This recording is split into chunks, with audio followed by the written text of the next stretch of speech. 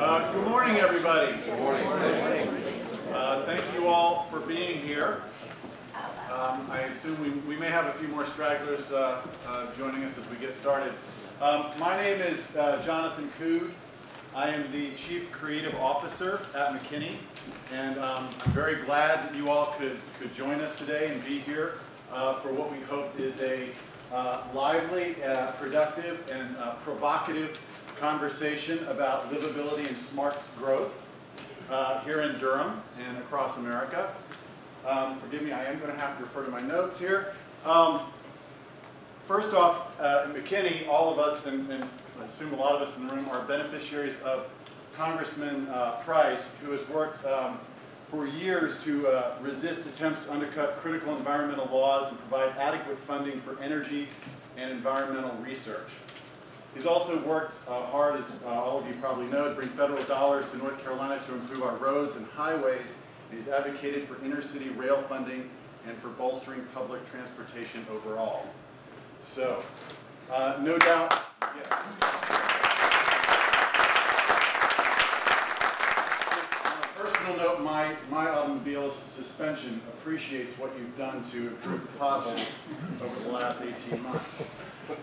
So, there is no doubt that his leadership has helped set the stage for the renaissance that has occurred in Durham over the last few years. So thank you very much, Congressman, and welcome to McKinney.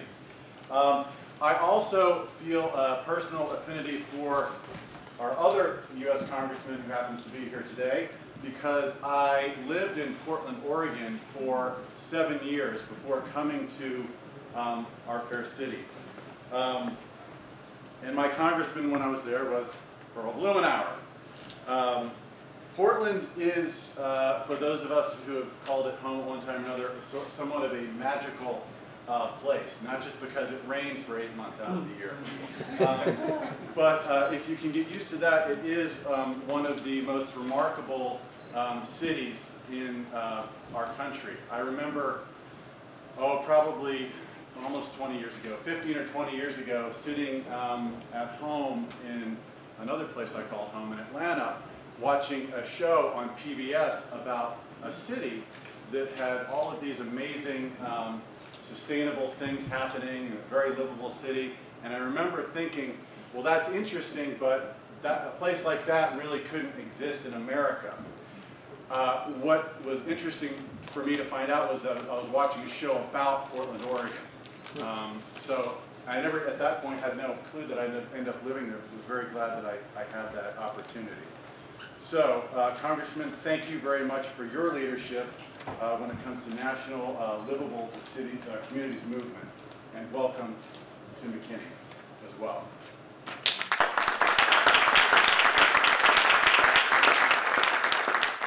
So, with that, I'm going to turn it over to the experts, the congressmen, and we'll get going. We're struggling to pass a new transportation reauthorization that has the enhancements, that has the transit, that has the elements that we know we need.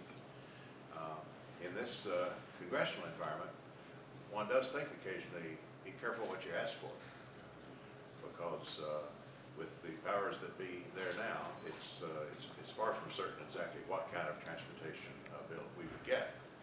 And so we have a lot of work to do, and locally and nationally, and figuring out what the revenue sources are going to be, and also making certain as we press ahead that we have a balanced approach to transportation that will truly meet the kind of needs that have been addressed here this morning.